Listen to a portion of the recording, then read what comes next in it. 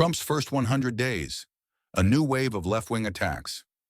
As Trump reaches his first 100 days in office, the Democratic Party and leftist media have launched yet another round of frenzied attacks against him.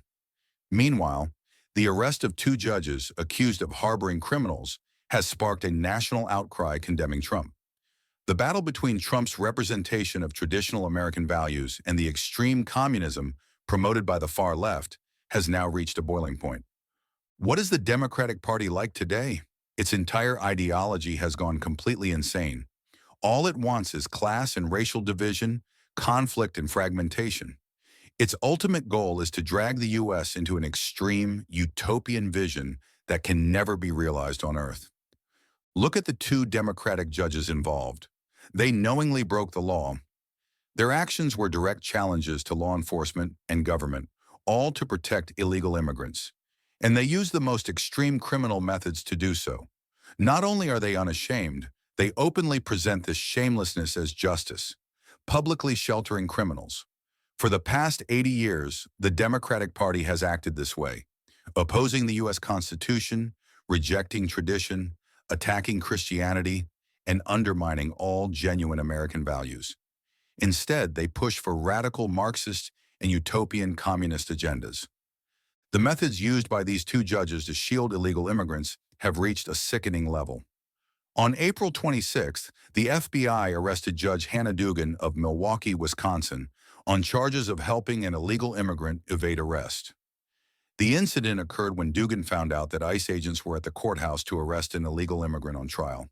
She lost her temper, condemned ICE's actions as absurd, and demanded they contact the presiding judge. But then came the shocking part. Dugan returned to court, took the defendant and his lawyer into her office, and helped them sneak out through the back door, urging them to flee.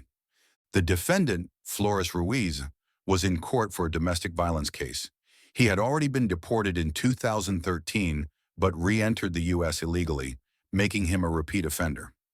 At the time, the prosecutor and the domestic violence victim were still waiting in court.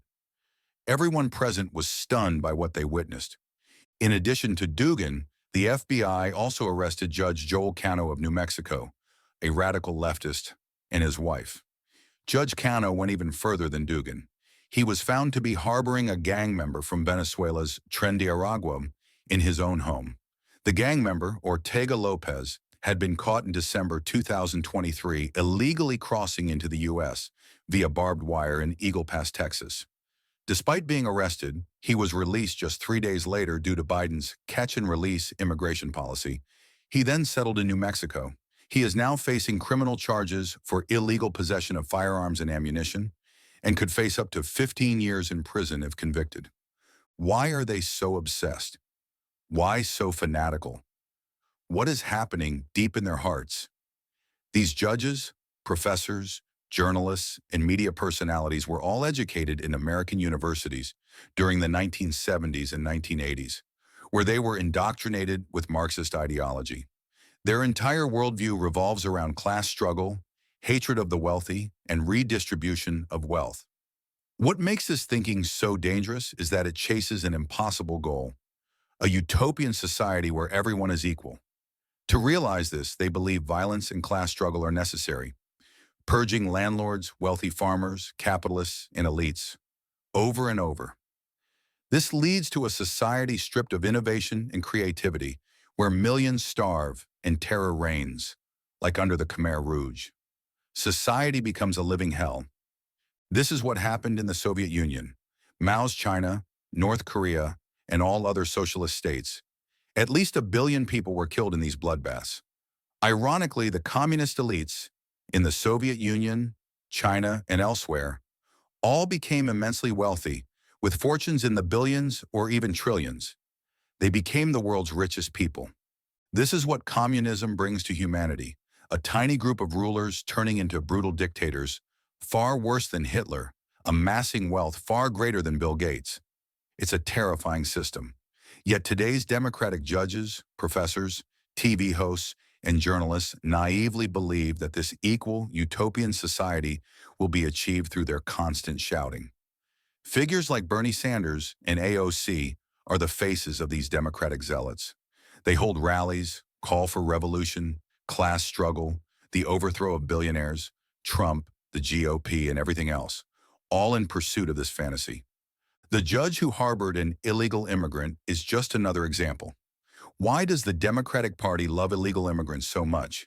Because each one represents a vote, an illegal vote. Why does the party oppose voter ID checks? Because they want illegal immigrants to vote. This is practically an open declaration now. Many still naively believe it's for other reasons, but the truth is, the goal is to have 20 million illegal immigrants vote. If that happens, all of America's swing states and red states could instantly flip blue and become Democratic strongholds. Then the Democratic Party can rule forever. Like in the old Soviet Union or Maoist China, they'll have endless purges, struggle sessions, attacks on capitalists, confiscation of private property, and land reforms. The entire country would become a hellish version of America, and they would never lose power.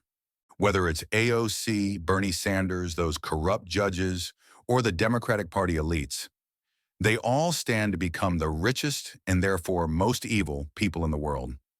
They would be the most terrifying dictators in human history, like Stalin.